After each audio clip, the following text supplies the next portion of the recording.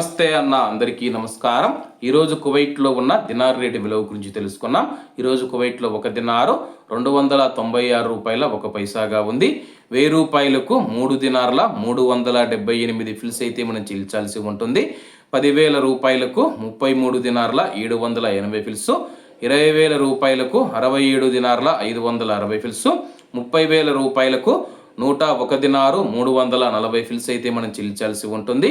40,000 రూపాయలకు 135 దినార్ల 120 ఫిల్స్, 50,000 రూపాయలకు 168 దినార్ల 900 ఫిల్స్, 1,00,000 రూపాయలకు 337 దినార్ల 800 ఫిల్స్ అయితే మనం చెల్లించాల్సి ఉంటుంది.